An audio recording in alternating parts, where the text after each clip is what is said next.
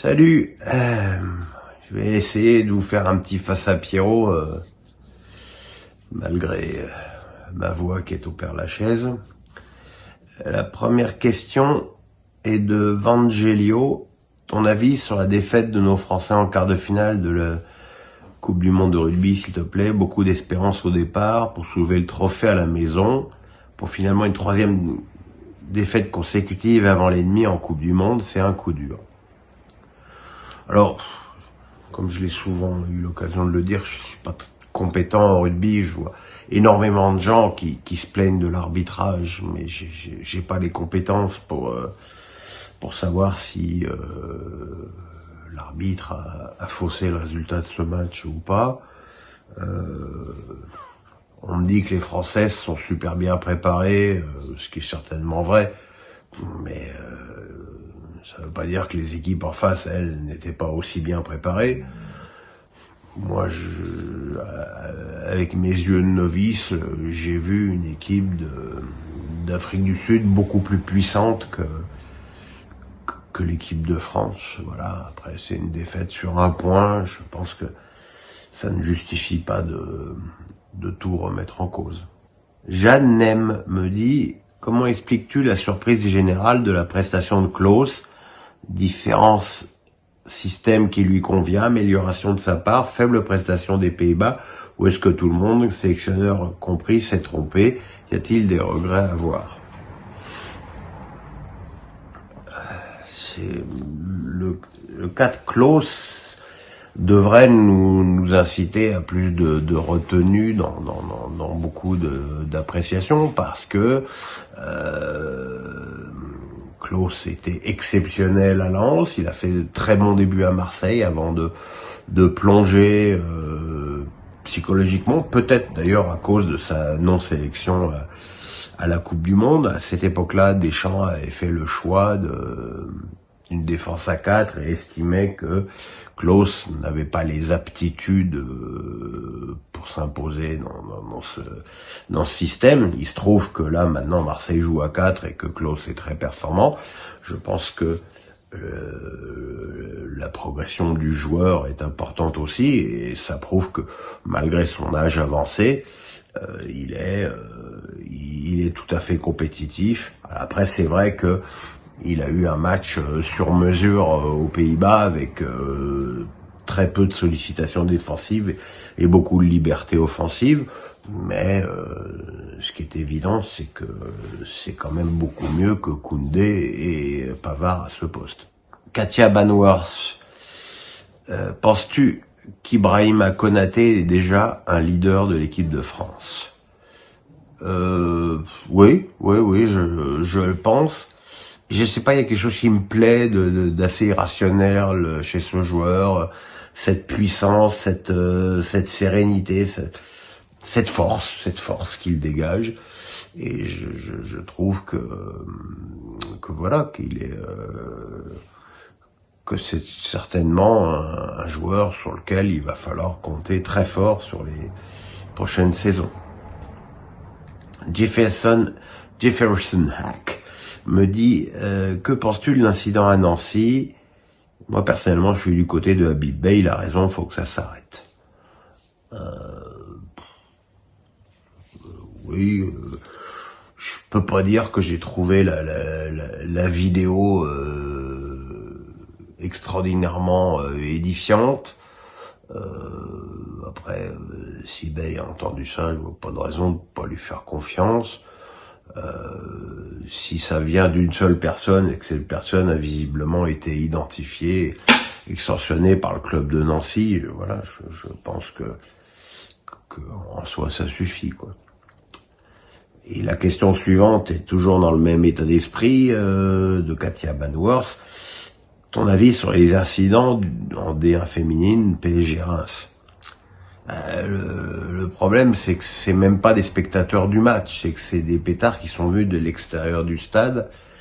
Donc on sait qu'à ce niveau-là, au niveau des responsabilités, il y a un flou artistique, que c'est certainement pas au club de gérer ce qui se passe à l'extérieur du stade.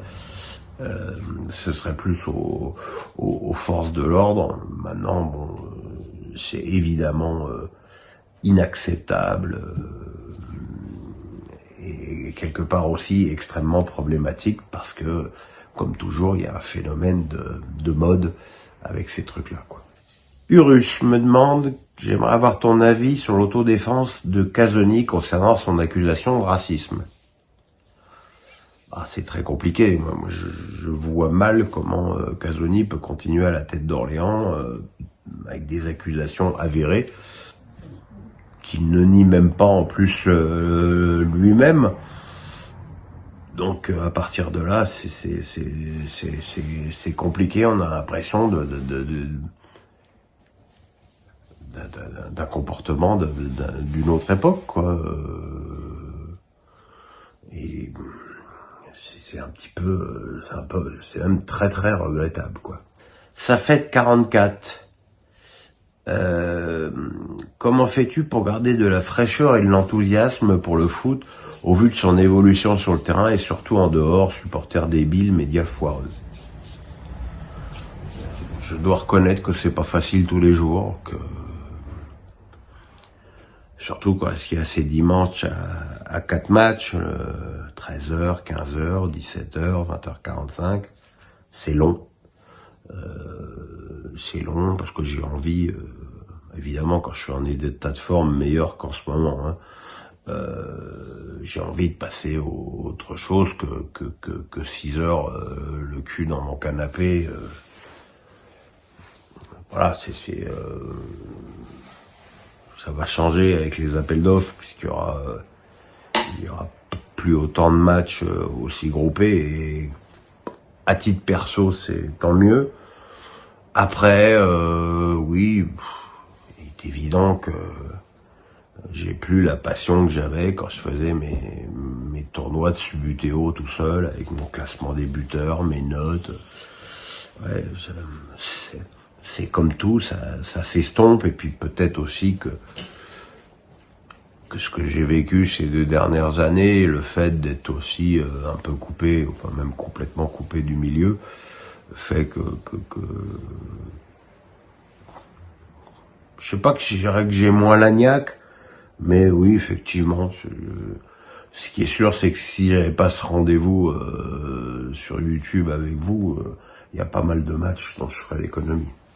Alex Nissa du 06 me dit Attal qui partage une vidéo appelant au meurtre des Juifs, Todibo qui rigole lors de la minute de silence. Est-ce qu'on peut se demander si Galtier n'est pas une victime dans un vestiaire niçois très communautarisé lors de son passage là-bas? Faut pas tout mélanger, hein. Todibo, il a eu le mauvais goût de rigoler. Personne ne sait pourquoi il a rigolé à ce moment-là. Si c'est effectivement la raison de cette minute de silence, c'est effectivement inadmissible. Mais ça, je pense qu'il se gardera de le dire et qu'on ne le saura jamais. Ce qu'on sait aussi, c'est que Todibo est un musulman très, on va dire très pieux, et très impliqué dans la cause. Attal, c'est encore autre chose. Attal, on lui reproche pas d'avoir soutenu la bande de Gaza, comme j'en parlerai tout à l'heure sur Benzema. Là, on lui reproche d'avoir participé à un appel au meurtre des Juifs, une nuit noire pour les Juifs. C'est donc de l'antisémitisme pur et dur, c'est un appel au meurtre. Ce sont des choses qui, elles, sont punissables par la loi. C'est pour ça que la commission d'éthique s'est saisie du dossier, qu'il y a des plaintes qui sont déposées par des personnalités politiques, et que je pense que ça ne va pas en rester là pour Youssef Attal. Après, c'est au club de Nice de prendre une position aussi par rapport à l'attitude de son joueur qui, quoi qu'on pense de ce conflit, est inadmissible. Anatole du 49 me dit le Qatar se retire de l'achat de Manchester United et c'est une bonne nouvelle pour le PSG. Forcément quelque part le fait que les Qataris arrête de vouloir devenir propriétaire de Manchester United. C'est évident que s'ils étaient devenus propriétaires de ce club-là, ils auraient fait des investissements colossaux qui auraient nécessairement pâti à ceux du PSG, puisque l'argent, même chez eux, n'est pas extensible. Le fait qu'ils ne soient plus dans ce projet fait qu'ils vont rester toujours concentrés sur celui du PSG.